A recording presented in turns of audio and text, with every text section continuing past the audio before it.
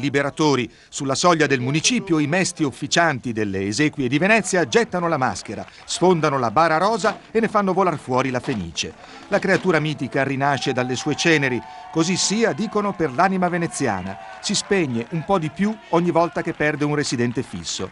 Il funerale sotto gli obiettivi di mezzo mondo, Venezia.com lo intende come campanello trasversale. La città antica, il centro, senza il Lido e le altre isole, senza Mestre e Marghera, annaspa sulla linea di galleggiamento dei 60.000. Erano il doppio nel 66, l'anno dell'alluvione.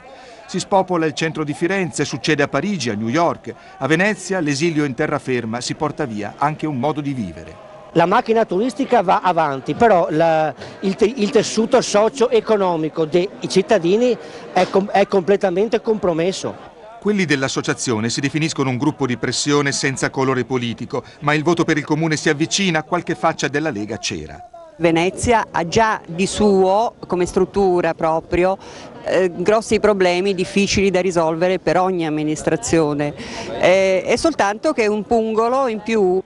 Venezia rapace, 500 nuovi bed and breakfast dal 2004, le case rimaste, i negozi alle stelle, anche in affitto.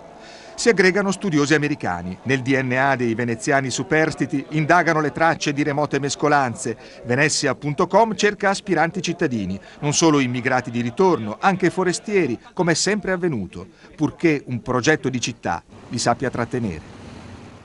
Padova è la seconda